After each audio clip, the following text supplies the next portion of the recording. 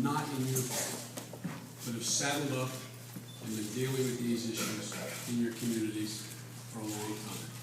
And some of you, at your own personal risk, some of you actually taking chances. And so let me start off by saying thanks. And before I ask you to leave, Mr. Mayor, because you and I get to talk all the time, there's nobody I spend, literally probably no mayor in the city, including my own mayor, who's a great friend, Jim Baker.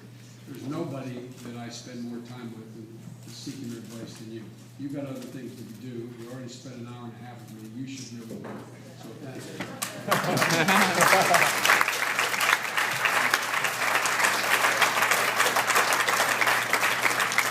Let me ask how many people in the audience are students here at Penn or neighboring universities.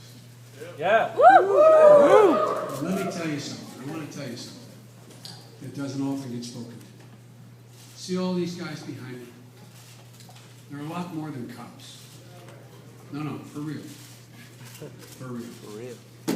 When I was your age, the vast majority of law enforcement officers, good women and men, mostly men, almost all men in those days, were worked hard, took a lot of risks, faced fewer complex problems than we face today.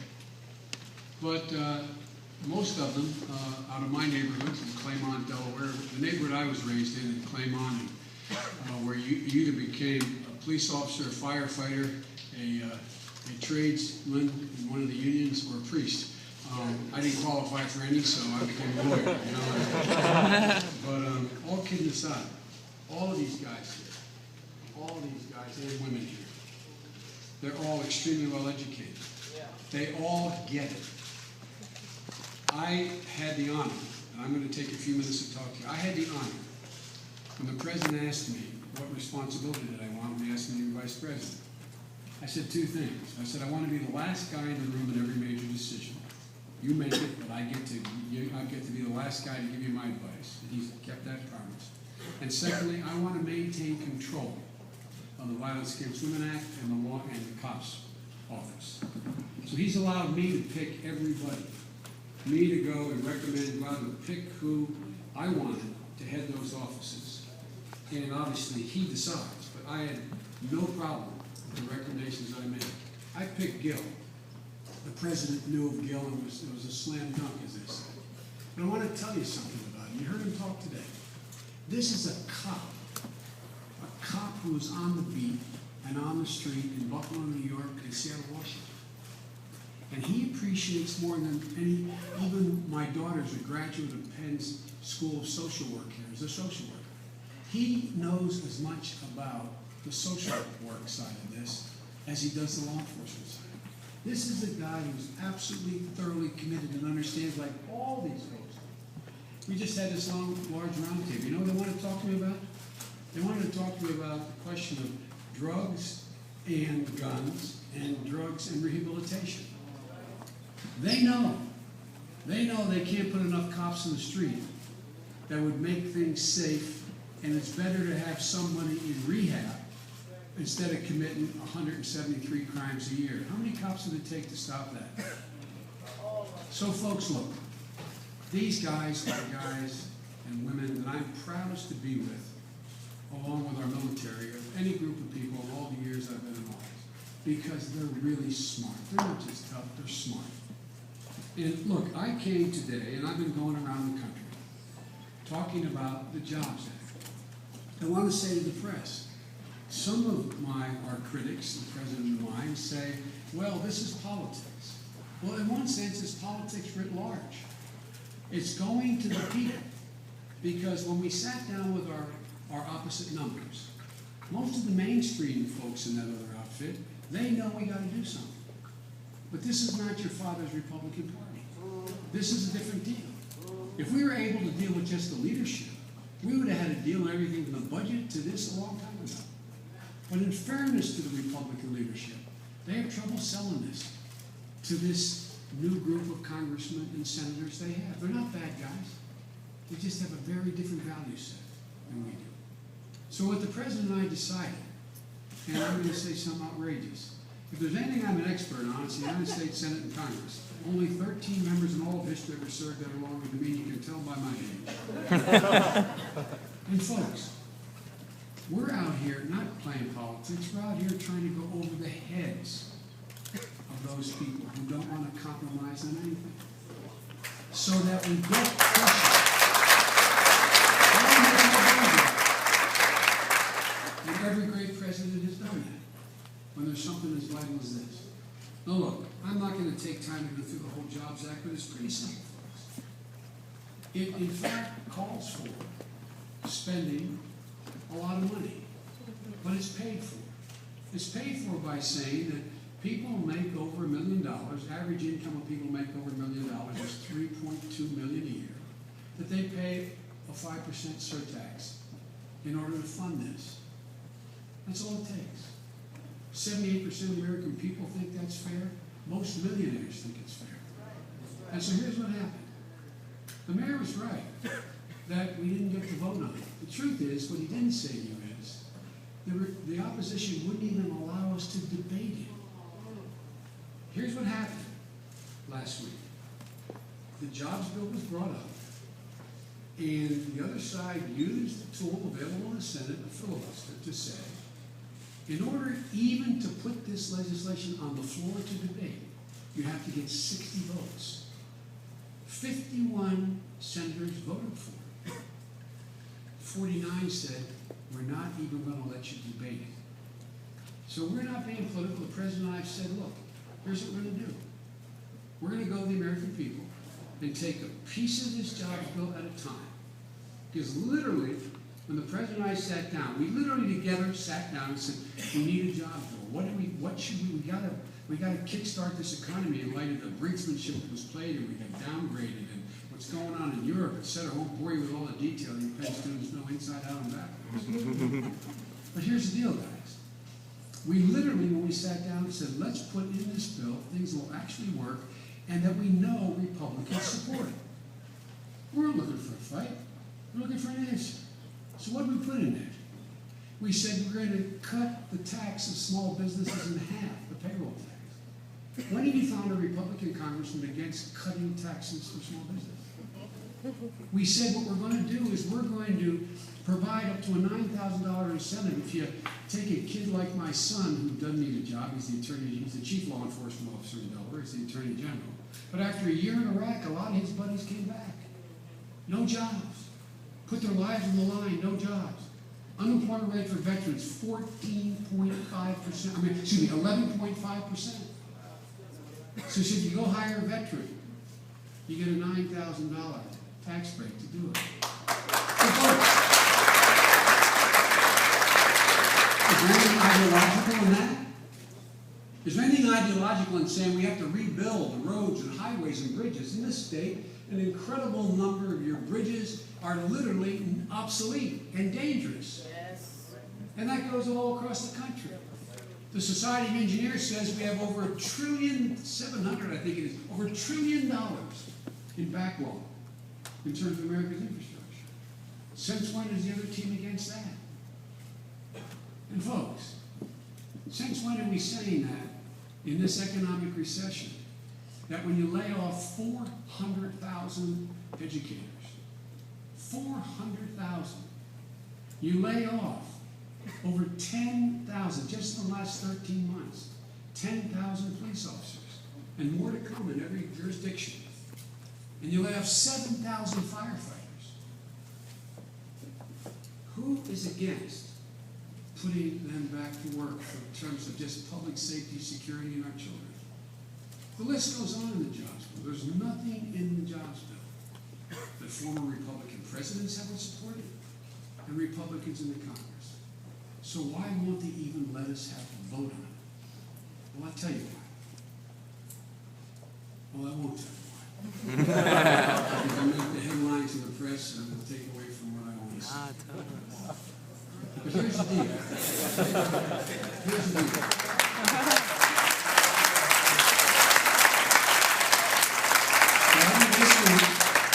We're taking every constituent part of this bill and we're bringing it up for separate vote. I want my friends to explain why these guys shouldn't put their folks back to work. Why Camden doesn't deserve to have its police force restored.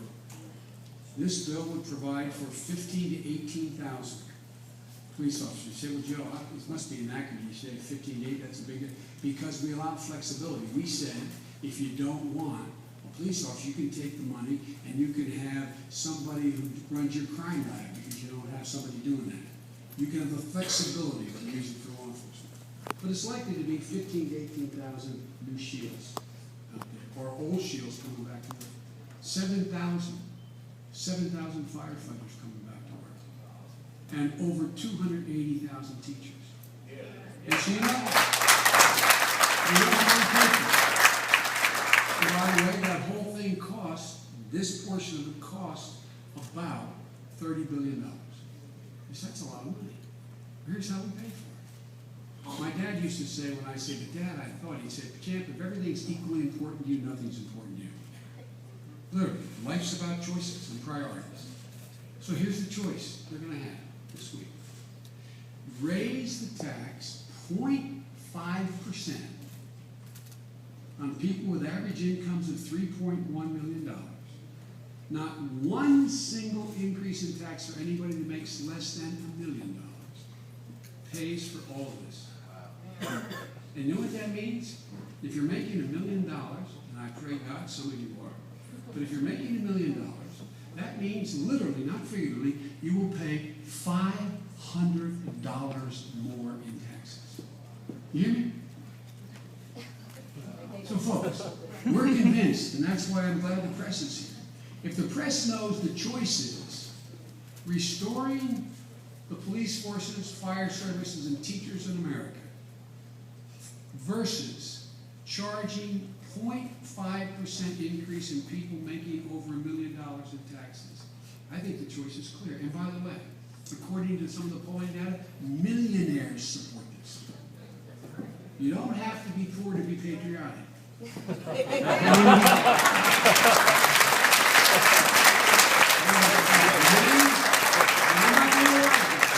patriotic millionaires and wealthy people as there are poor people.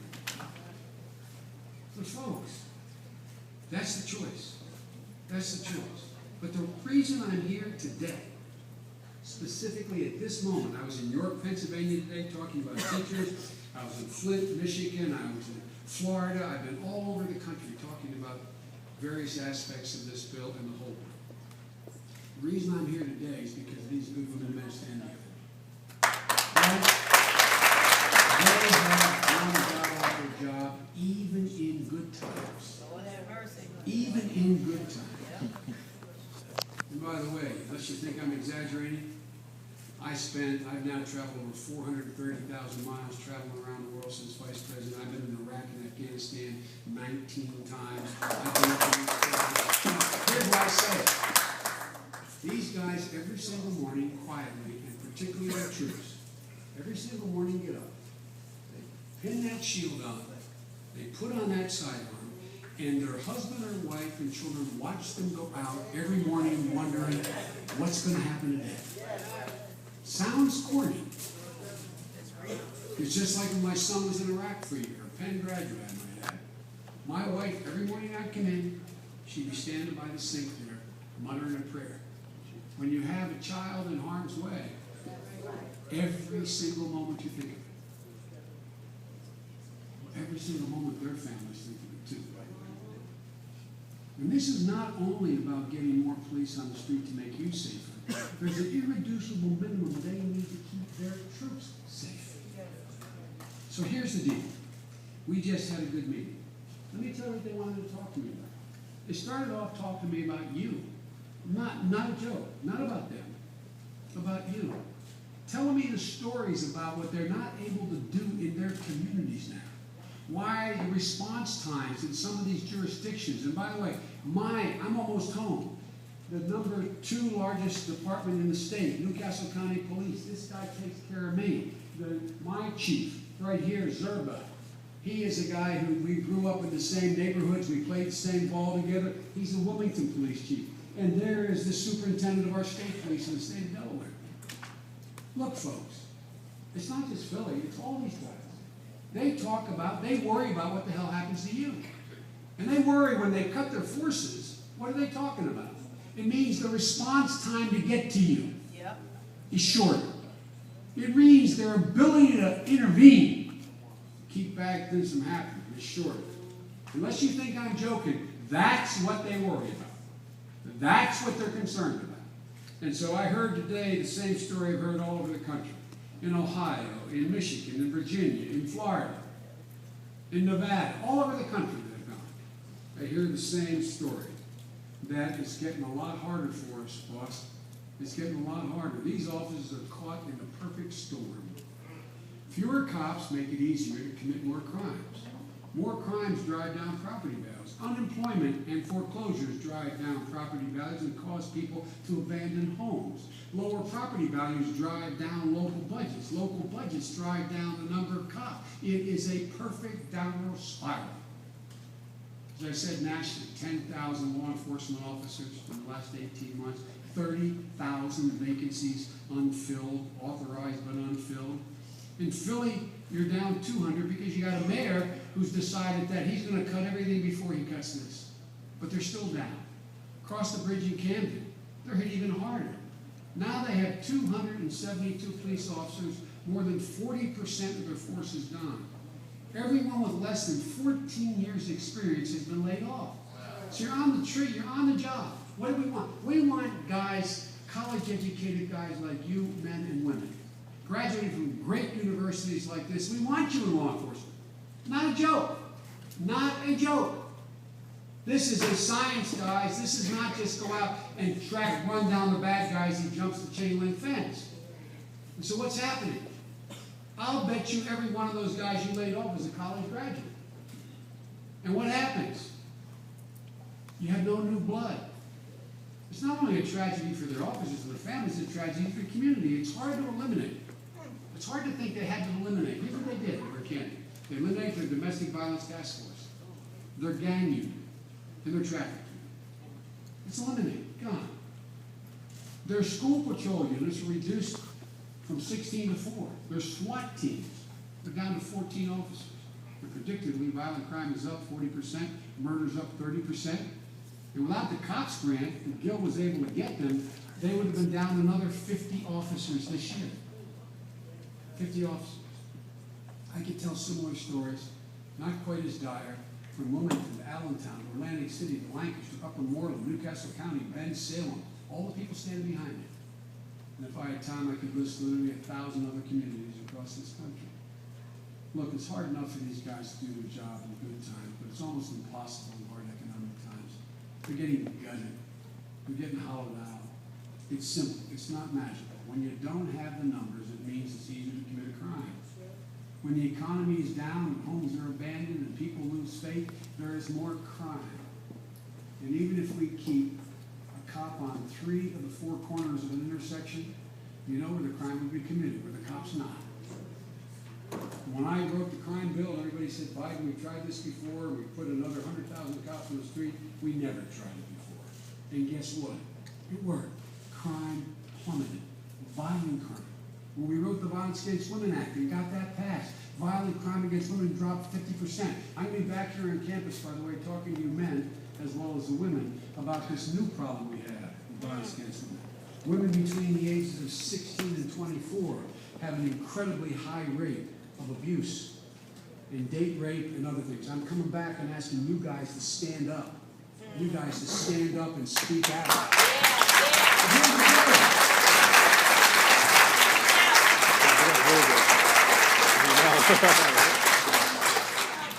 Criminals do their best work in neighborhoods where cops are. It means there's a burglary in progress in most of the cities behind me on the street. It means that the drug deal's going down. The police officer won't be able to respond immediately. And when we get there, a single officer is at greater risk. Their lives are placed in greater danger, and our lives are placed in greater danger. That's why we've introduced $4 billion to put 15,000 to 18,000 cops back in the street to prevent layoffs in the future as well. The other thing I've heard from my friends who oppose this whole jobs bill and that this is just temporary. Well, let me tell you, it's not temporary when that 911 call comes in and a woman's being raped, if the cop shows up in time to prevent the rape, it's not temporary to that woman. It's not temporary to the guy whose store is being held up and there's a gun pointed at his head. If the cop shows up and he's not killed, that's not temporary to that store owner. Give me a break, temporary. I wish these guys had thought it's temporary. I wish they had some notion what it's like to be on the other side of a gun. Or a 200-pound man standing over you telling you to submit. Folks, it matters. It matters. Temporary. And temporary means a faster response to those precarious moments right after a child's been kidnapped. It's not temporary to the family who finds that child recovered. Temporary is everything to those people who are the victims of crime. In the end, this is about choices. It's about priorities. And the country needs this done. Yes, as I said, it costs money.